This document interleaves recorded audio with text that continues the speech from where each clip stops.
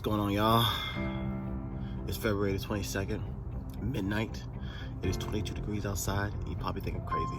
I'm testing my new sleep system in regards to sleeping below zero, which is 32 degrees Fahrenheit, in the wilderness, in my backyard right now.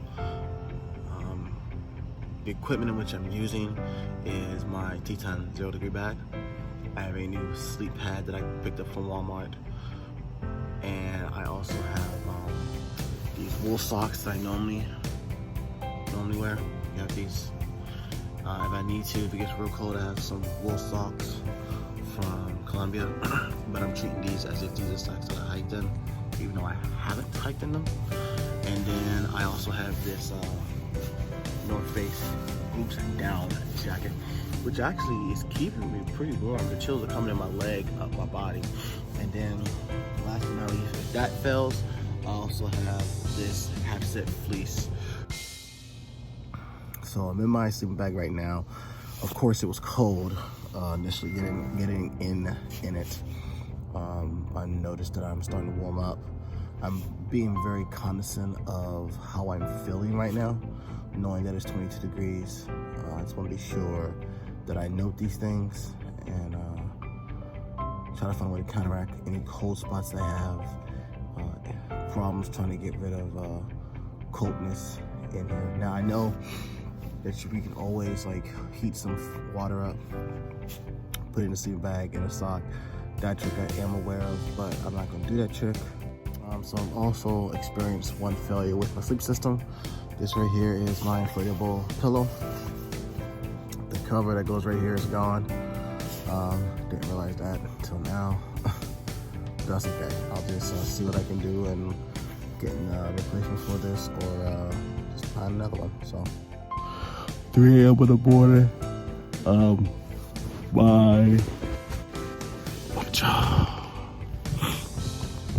My pillow failed, so I'm using the half-zip fleece shirt as a makeshift pillow. My nose is cold. I just put the cover on, or hat on, because I want to see if that affects my nose a little bit. I don't know, I'm tired. But my head is fine, like I'm not cold in the head. It's 19 degrees, feels like 19 degrees. I do have cold spots hitting me. That I do have, interesting enough. So I think I just need to find a better insulating, heat reflecting type material. I have an idea, but I have to do some testing. With that being said, I'm good. Go back to bed. Good night. Good morning. Good morning. I hope everyone's doing well this fine Saturday morning. Learned a lot last night. Learned a lot. Got down to 19 degrees. Upper body wise, I was okay. I was nice and warm, you know. There was some discomfort that I felt with the coat. I'll figure that out later. But this jacket's intended perfect. It did its job. It kept me nice and warm. But yeah, upper body was cold. Upper body was warm. My legs were cold. My feet, surprisingly, did not get cold throughout the night until the last like hour or two, before I woke up. And that's actually very comforting to know that this bag did that. When I went back in the house to grab my pillow, I went and grabbed my my bag to put my feet in, my reflective bag. I'll show you that. Another thing is, these are 2 more items that I knew I didn't bring with me, and they do make a difference. People don't think about it, but they do. The first item is the balaclava. Normally when I'm sleeping outdoors, I wear a balaclava. I didn't do it this time. Again, assess the situation. Balaclava does 2 things, serves 2 purposes. 1, keep your head warm. 2, keep this hat down, because as you move, this hat starts to like slide up, and I took it off throughout the night, and my nose immediately got cold. Don't ask me why. My head was fine, because I took the sleeping bag. It has a hood, hooded up, cinched it down, kept enough room for my nose to breathe out, and was fine. No, my nose got cold, like extremely cold. So I threw the hat on, and my nose got a little bit better. It's kind of weird how that worked out, but either way, I got better. Second thing is gloves. Next time I sleep outside, I will be wearing gloves, because it's just something to help conserve body heat. So that way, I'm not worried about heat going to my hands to stay warm. It's the least amount of heat and it can go down to my legs. Something else for you guys to think about. So I picked up this sleeping pad from Walmart. Now, it's very thin. You know what I'm saying? Like half an inch. But this pad by itself won't work. I do need an inflatable pad. I found one for like maybe $40. I'll pick up from Amazon. And that's so that I'll be able to have some comfort when I sleep. Hips is a big thing, because my hips hit the ground and everything else is trying to realign. So I have to figure it out. Either I put a pillow in between my hips, put a pillow under my hips or something, man up, or have 2 sleeping pads. Now, in regards to the R value for this pad, this bad boy is solid. Like it really did protect me from the cold. Like, I was very impressed with this. Now, something I could do to boost the R value is to throw some reflectant on this. Legit, throw some reflectant on. I'm very impressed with this right here. So inside my sleeping bag, like so, is this little reflective bag that I got from Amazon for buying something. They used to keep cold things in it. I just flipped it inside out to reflect inside on the inside. Now I have my fleece in there and my socks that I wore last night. So pretty much I just put it at the foot of the sleeping bag, and that helps in regards to keeping my feet nice and warm and toasty. Also taking some of the dead air so my body doesn't have to heat it up, so on and so forth. And that right there is what I'm sleeping in tonight. Night 2. We'll talk about the particulars once I get inside. All right, so I'm in the tent. Night 2, like I said before, you guys got a glimpse of what the tent looks like. I did add a couple of things that I thought I could carry when doing winter backpacking. I don't think about weight too much when I'm doing my winter backpack. I grabbed some stuff that I had in the house from previous hiking trips that did not work. But however, just because it didn't work one time doesn't mean it doesn't work, or it won't work the second time. So let me show you real quick what I brought out to the plane. Okay, so starting out, we have the reflective tarp / blanket. It's one of those survival blankets you get from Walmart. I think like $10 is what I picked it up for.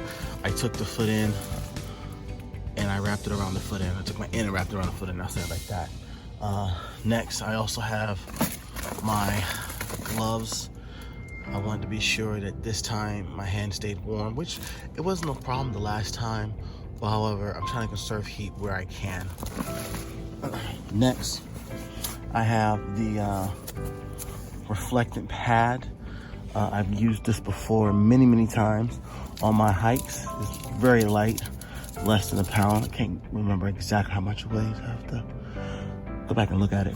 Either way, this is to help regulate and, you know, reflect some of that heat up. I mean, this clothes still did the job by itself, but just add a little bit more boost, you know, to energy.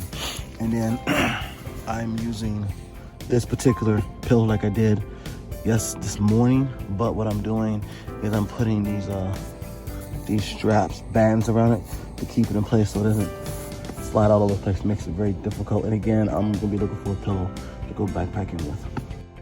So all right, it's 29 degrees right now. So compared to 19 degrees, we're looking at a 10-degree difference. That means a lot. However, prediction is for it to get down to 20. Don't know how well that, you know, will come true. However, I'm hoping that with this setup, I wouldn't have any cold spot whatsoever, and it should be extremely warm, but we'll see how this works.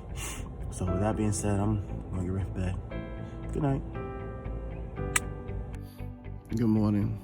Time now is 6 in the morning. It is 26 degrees outside, and today I am glad to say that this whole experiment was very successful. First night, I had cold spots. Last night or this morning, I did not have as many cold spots. Two things came to mind during this experiment. One, I think there might be blood circulation problem with my legs because I had the reflected blood on top of us, and my legs still felt cold. So I think once cold gets into my leg, it takes a minute for it to come out. And I was putting my hands down where I felt the cold spot on my legs, and my hands were completely fine. So that lets me know that it might be circulation of the blood, or just it takes a minute for the cold air to get out. For starting out at 29 degrees, and now it's 26, I was very comfortable, very, very comfortable. Had no issues whatsoever with that one cold spot, in regards to dealing with my legs. Now, the second cold spot, I'm gonna have to do some sewing because where the zippers are, there's like a little baffle that's there, but it's not a very big baffle. And I think over time of washing the bag, I've had this for almost a year now, or maybe a year and a half. A year, because I got this, a year. I think the baffles, normal wear and tear. I've had some issues with it. I have an idea on how to close up the baffle to stop air or to assist in the fact of air coming in. I'm going to experiment with that and sew this material onto it. I'll let you guys know when that happens. Of course, I'll make a video on it. It shouldn't be that difficult. I honestly believe it all depends on the power of the sewing machine. So I might have to do it by hand, if anything, but I like to try to use the sewing machine. Other than that, I was where I needed to be. I didn't have to zip the sleeping bag up all the way. I will say this pillow right here survived. Having the pad come in like so worked perfectly. Will I go back to a inflatable? I don't know. I really don't know. But in regards to winter camping, did I get like a total drop dead sleep? No, but I did get some rest. The reflectant material underneath, I think, boosted it, because man, I did not in any way, shape, or form just feel the cold coming in, and I'm happy about that. So I got some. I think I have another way in which I can better protect myself from the cold. I'm gonna think about it for a minute, but I'm not gonna get too crazy with it. But I'm very pleased with the results today. So yeah, I'm gonna get up and start my day. So I'm gonna show you guys this real quick. The performance of this sleeping bag, I am impressed with. Completely warm inside my bag, no wetness whatsoever. I am so impressed with the T10 Sport sleeping bag. They've done a good job. Nothing's perfect because I have to fix the little baffle above the zipper. But man, let me tell you what I discovered taking off this orange reflected tarp. Let me tell you what I found out.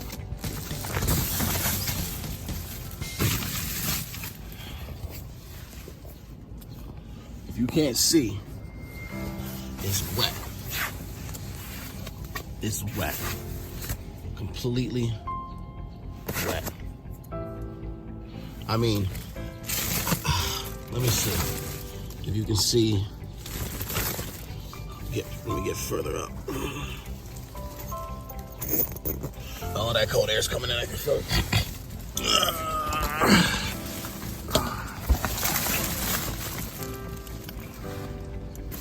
This is moisture right here. Look at that. Look at that moisture all right there. Look at that. This bag did an excellent job in keeping me protected from the elements which I created with inside this bag in regards to dealing with condensation. So this reflective tarp is awesome. However, this is not what I want to go with. I'm glad I did it here. Then, like, look at that, moisture. I'm glad I did it here than taking it out in the field. I know what I need to get. I know what to look for. I was debating on it, and now I know that I need to get it. It's very, very simple material, very breathable. But right now I'm not gonna say anything about it. Overall, I'm very impressed with what I did today. I'm so ecstatic, and I encourage you guys that if you plan on going to do some winter backpacking, get out, experiment with your gear, figure out what works for you. You know, like I said, this morning before I went to bed, or last night, however you look at it, the tarp, the last time I used this reflective tarp didn't help me at all when it was 20 degrees outside and with myself and Julian. I was freezing. That was the Fraser Discovery Trail, and I stopped using it after that. And then I brought it back to life today just to see what I can do. And it did contain my heat, but it also contained condensation. So, you know, one night is fine in regards to my sleeping bag being wet. I guarantee you that if I was to go and do this again and I was on the trail, this wouldn't work. I would be freezing cold. My pack would be, my sleeping bag would be frozen. Can't do that. Not to mention, I'm putting this sleeping bag inside my backpack, inside my contractor bag with the rest of my clothes, and then they're gonna be wet. So I need to figure out a way to get some material or find some material. I have some. If you guys know any, that'd be great. That locks in the heat and at the same time releases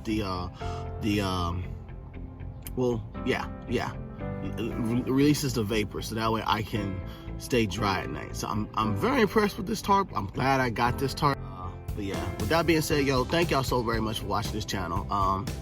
This may seem like a not an important video, but to me it's very important. I think for some people out here that hasn't been out here, you know, in the winter time, you know, or spring, transitional shoulder weather, they wouldn't have thought about this. I'm very happy with this experiment, very happy. This builds my confidence in my gear, and it helps me figure out what I need to bring and what I should not bring.